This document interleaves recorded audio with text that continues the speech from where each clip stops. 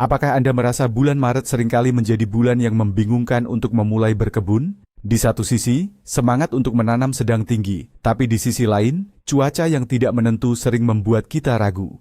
Nah, bagaimana jika saya beritahu Anda bahwa Maret 2026 ini bisa menjadi awal dari panen terbaik yang pernah Anda miliki? Lupakan semua keraguan itu. Dalam video ini, kita akan membongkar rencana kerja yang sangat detail, minggu demi minggu, untuk bulan Maret. Ini bukan sekadar tips biasa, ini adalah strategi lengkap yang akan memastikan setiap benih yang Anda tanam memiliki peluang terbaik untuk tumbuh subur. Jadi, siapkan catatan Anda, karena kita akan mengubah kebun Anda selangkah demi selangkah. Percayalah, setelah menonton ini, Anda akan tahu persis apa yang harus dilakukan setiap harinya di bulan Maret. Sebelum kita masuk ke rencana mingguan, mari kita pahami dulu mengapa Maret 2026 ini begitu istimewa. Bulan Maret di sebagian besar wilayah Indonesia adalah masa transisi. Ini adalah jembatan antara puncak musim hujan dan awal musim kemarau. Artinya, tanah masih memiliki cadangan air yang melimpah, tetapi intensitas sinar matahari mulai meningkat. Kondisi ini seperti panggung yang sempurna bagi tanaman untuk memulai fase pertumbuhan vegetatifnya dengan kuat. Namun, masa transisi ini juga punya tantangan. Kelembaban yang masih tinggi bisa memicu perkembangan jamur dan penyakit, sementara sisa-sisa genangan air bisa membuat akar busuk jika drainase tidak baik. Oleh karena itu, semua tindakan yang kita lakukan di bulan Maret ini adalah tentang memanfaatkan kelebihan air dan sinar matahari, sekaligus memitigasi risikonya. Rencana yang terstruktur adalah kunci untuk menavigasi periode krusial ini dan meletakkan fondasi yang kokoh untuk panen yang akan datang. Mari kita mulai dengan minggu pertama bulan Maret, yang kita sebut sebagai pekan pembersihan dan evaluasi. Tugas utama Anda di sini adalah membersihkan lahan dari sisa-sisa tanaman musim sebelumnya dan gulma yang mungkin tumbuh subur selama musim hujan. Jangan hanya mencabut, tapi bersihkan sampai ke akarnya. Visualisasikan area kebun Anda yang bersih seperti kanvas kosong yang siap dilukis. Saat membersihkan, perhatikan baik-baik kondisi lahan. Apakah ada area yang airnya sulit surut? Tandai area tersebut, karena itu adalah indikasi drainase yang buruk dan perlu perbaikan.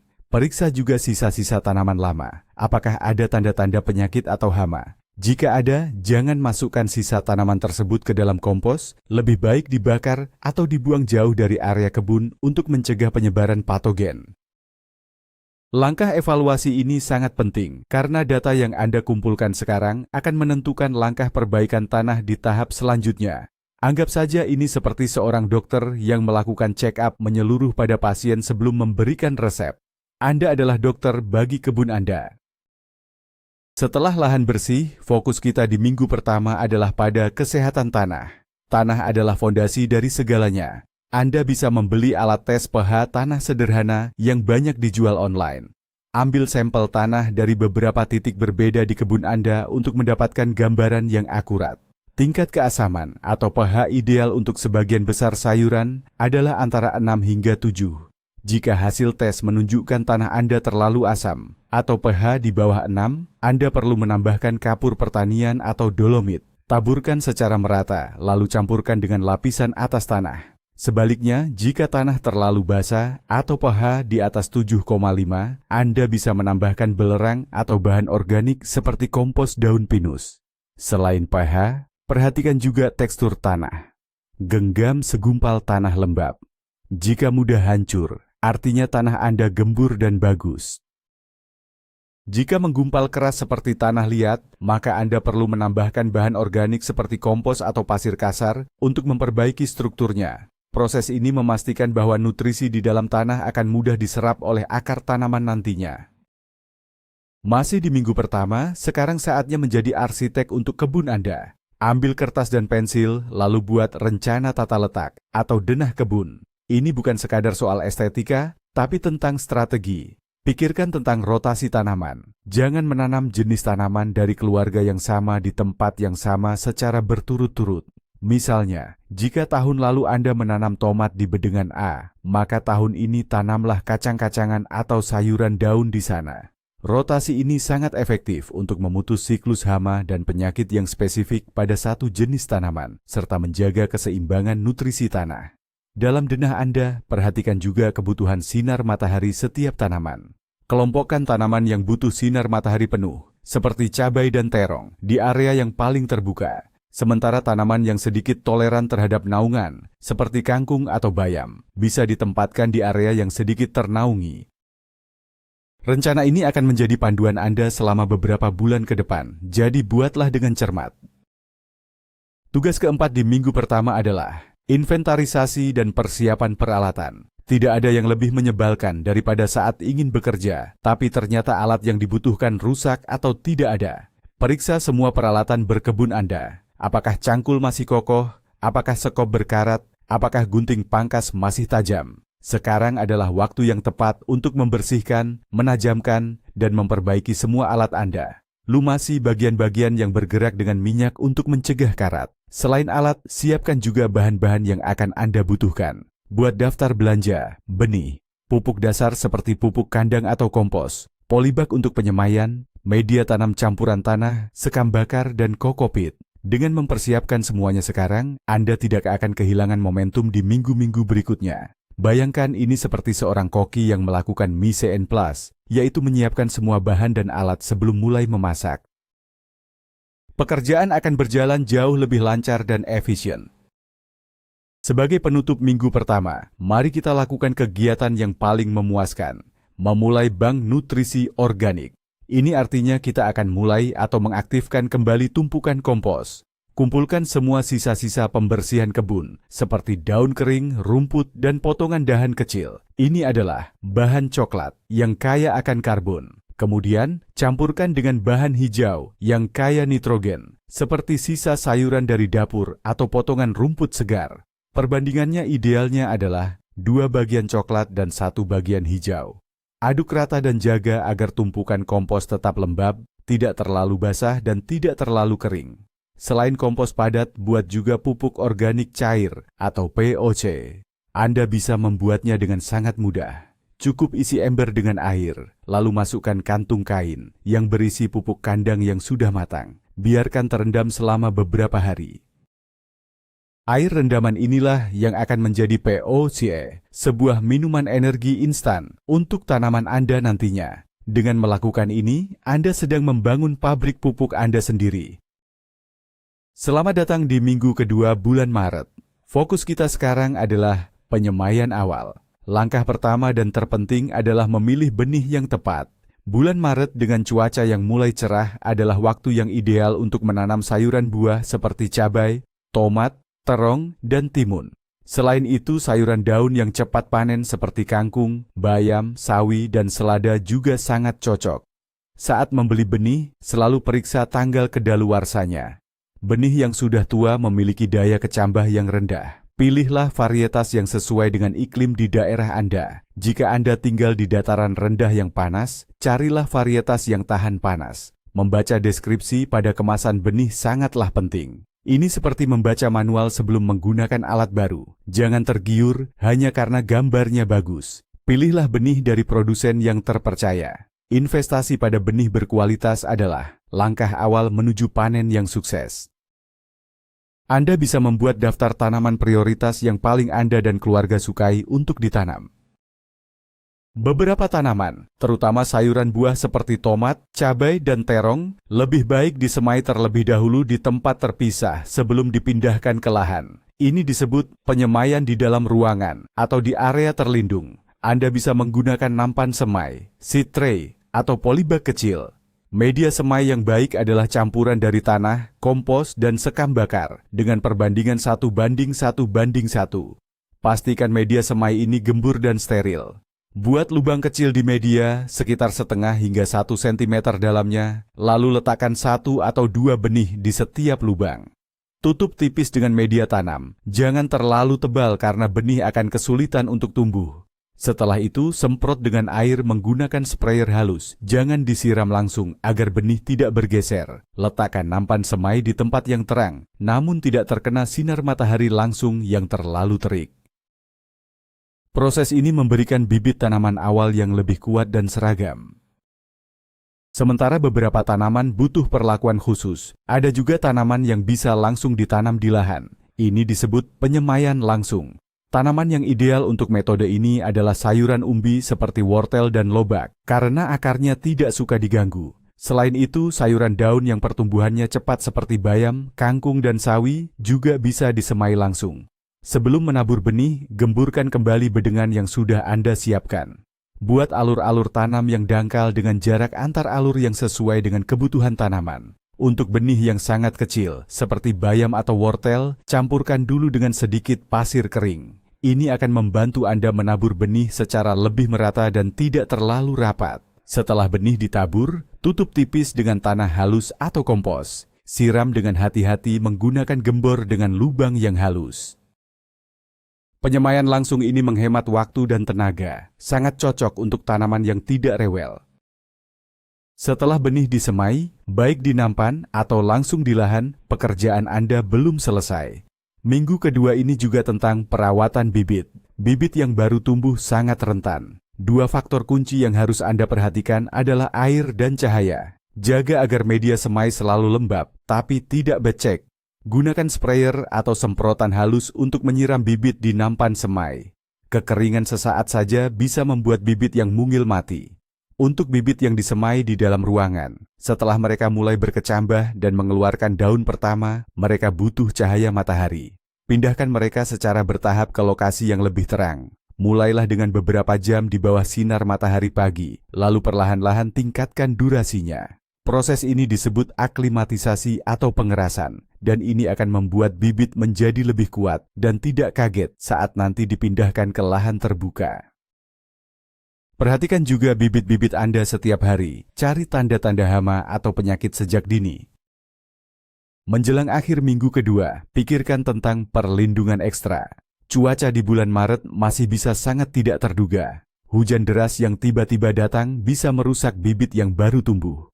Untuk melindunginya, Anda bisa menyiapkan sungkup sederhana. Cara paling mudah adalah dengan memotong botol plastik bekas berukuran besar menjadi dua, lalu gunakan bagian atasnya untuk menutupi bibit satu persatu. Ini menciptakan efek rumah kaca mini yang melindungi dari hujan, angin, dan beberapa jenis hama. Jika Anda menyemai dalam satu barisan panjang, Anda bisa membuat kerangka rendah dari bambu atau kawat, lalu menutupinya dengan plastik transparan. Buka penutup ini di pagi hari agar bibit mendapatkan sirkulasi udara dan cahaya. Lalu tutup kembali di sore hari atau saat cuaca terlihat akan memburuk. Perlindungan sederhana ini bisa membuat perbedaan besar antara bibit yang tumbuh subur dan bibit yang gagal bertahan hidup. Ini adalah investasi kecil untuk hasil yang besar. Memasuki minggu ketiga bulan Maret, ini adalah pekan aksi penanaman. Bibit sayuran buah yang Anda semai di nampan 2 minggu lalu seharusnya sudah cukup kuat untuk dipindahkan. Tanda bibit siap pindah tanam adalah ketika ia sudah memiliki 4 hingga 6 daun sejati, yaitu daun yang muncul setelah 2 daun pertama. Proses ini disebut pindah tanam. Lakukan ini di sore hari untuk mengurangi stres pada tanaman. Siram bibit dan lubang tanam terlebih dahulu. Keluarkan bibit dari polybag atau nampan semai dengan hati-hati. Usahakan agar media tanam di sekitar akarnya tetap utuh. Buat lubang di bedengan yang sudah disiapkan, sedikit lebih besar dari ukuran media tanam bibit. Masukkan bibit ke dalam lubang, pastikan posisinya tegak, lalu timbun kembali dengan tanah. Padatkan tanah di sekitar pangkal batang dengan lembut. Setelah semua bibit ditanam, siram kembali secukupnya. Bibit mungkin akan terlihat sedikit layu keesokan harinya, itu normal. Dalam beberapa hari, mereka akan pulih dan mulai tumbuh kembali. Sebelum Anda memindahkan bibit ke lahan, ada satu langkah penting yang tidak boleh dilewatkan, yaitu pemupukan dasar. Ini adalah proses memberikan bekal makanan awal bagi tanaman di rumah barunya. Pupuk dasar yang paling baik adalah pupuk organik yang lambat urai, seperti pupuk kandang yang telah terfermentasi dengan baik atau kompos yang sudah matang. Taburkan pupuk ini ke seluruh permukaan bedengan beberapa hari sebelum penanaman, atau masukkan langsung ke dalam lubang tanam. Dosisnya sekitar 1 hingga 2 genggam per lubang tanam. Aduk rata dengan tanah di dasar lubang. Pupuk dasar ini akan menyediakan nutrisi makro dan mikro yang esensial bagi tanaman selama tahap awal pertumbuhannya. Ini membantu akar berkembang dengan kuat dan cepat, yang merupakan kunci untuk tanaman yang sehat dan produktif. Mengabaikan pemupukan dasar sama seperti menyuruh seorang atlet berlari maraton tanpa sarapan. Berikan tanaman Anda awal terbaik yang bisa mereka dapatkan. Beberapa tanaman yang Anda tanam, seperti timun, kacang panjang, pare, atau bahkan beberapa jenis tomat, memiliki sifat merambat. Mereka butuh penopang untuk tumbuh ke atas. Di minggu ketiga ini, segera setelah pindah tanam, adalah waktu yang tepat untuk pemasangan ajir atau penopang. Jangan menunggu sampai tanaman sudah besar dan rimbun, karena memasang ajir saat itu bisa merusak akar dan batangnya. Anda bisa menggunakan bilah bambu, kayu, atau bahkan tali yang diikat pada kerangka. Tancapkan ajir dengan jarak sekitar 10 hingga 15 cm dari pangkal batang tanaman. Pastikan ajir tertancap cukup dalam ke tanah agar kokoh dan tidak mudah roboh saat tanaman sudah berat dengan buah. Untuk tanaman seperti timun, Anda bisa membuat para-para sederhana. Tumbuh secara vertikal tidak hanya menghemat ruang di kebun Anda, tetapi juga meningkatkan sirkulasi udara di sekitar tanaman, yang dapat mengurangi risiko penyakit jamur. Selain itu, buah yang menggantung juga akan lebih bersih dan lebih mudah dipanen. Setelah tanaman Anda berada di lahan, mereka akan memiliki pesaing baru, gulma. Gulma adalah tanaman liar yang bersaing dengan tanaman utama Anda untuk mendapatkan air, nutrisi, dan sinar matahari. Oleh karena itu, pengendalian gulma secara organik menjadi aktivitas rutin yang penting di minggu ketiga dan seterusnya. Cara paling efektif adalah dengan mencabutnya secara manual menggunakan tangan atau koret. Lakukan ini saat gulma masih kecil, karena akarnya belum terlalu kuat dan lebih mudah dicabut. Lakukan penyiangan secara rutin, setidaknya seminggu sekali. Jangan biarkan gulma tumbuh besar dan berbunga, karena mereka akan menyebarkan ribuan biji baru yang akan merepotkan Anda di kemudian hari. Sisa-sisa gulma yang dicabut bisa Anda kumpulkan dan masukkan ke dalam tumpukan kompos, asalkan gulma tersebut belum berbiji. Menjaga kebun bebas dari gulma tidak hanya membuat tanaman Anda lebih sehat, tetapi juga membuat kebun terlihat lebih rapi dan indah.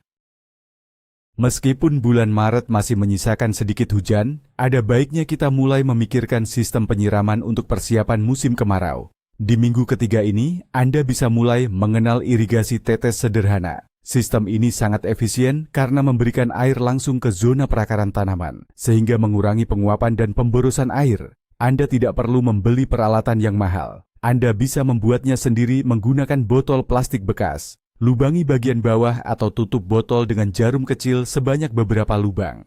Tanam botol secara terbalik di dekat pangkal tanaman, dengan menyisakan bagian atasnya sedikit di atas permukaan tanah.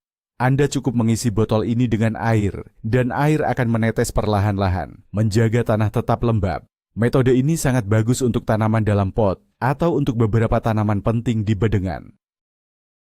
Ini adalah cara cerdas untuk menghemat air dan waktu Anda, sambil memastikan tanaman mendapatkan pasokan air yang konsisten. Selamat, kita sudah sampai di minggu keempat bulan Maret.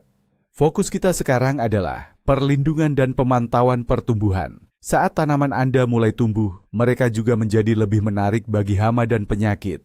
Kunci dari pengendalian yang efektif adalah identifikasi dini. Luangkan waktu setiap pagi untuk berjalan-jalan di kebun dan mengamati tanaman Anda dari dekat. Periksa bagian atas dan bawah daun. Apakah Anda melihat lubang-lubang kecil? Itu bisa jadi ulah-ulat. Apakah ada bercak putih seperti tepung? Itu mungkin jamur embun tepung. Apakah ada kutu-kutu kecil berwarna putih atau hijau yang bergerombol di pucuk daun? Itu adalah kutu kebul atau aphids. Dengan mengenali masalah sejak awal, Anda bisa mengambil tindakan sebelum serangan menjadi parah. Buatlah catatan kecil atau ambil foto dari hama atau gejala penyakit yang Anda temukan untuk membantu identifikasi. Menjadi detektif di kebun sendiri adalah bagian yang sangat menarik dari proses berkebun. Setelah Anda mengidentifikasi adanya hama, jangan langsung panik dan mengambil pestisida kimia. Ada banyak cara efektif untuk mengendalikannya secara organik. Di minggu keempat ini, mari kita belajar membuat pestisida nabati sendiri. Salah satu resep yang paling mudah dan ampuh adalah semprotan bawang putih dan cabai. Caranya, haluskan beberapa siung bawang putih dan beberapa buah cabai rawit. Campurkan dengan 1 liter air dan tambahkan 1 sendok teh sabun cuci piring cair yang berfungsi sebagai perekat. Aduk rata, lalu diamkan selama beberapa jam atau semalaman. Saring larutan tersebut dan masukkan ke dalam botol semprot.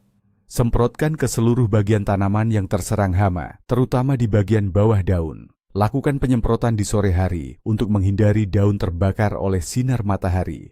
Pestisida nabati ini aman bagi lingkungan, manusia, dan juga musuh alami hama seperti laba-laba atau kumbang koksi.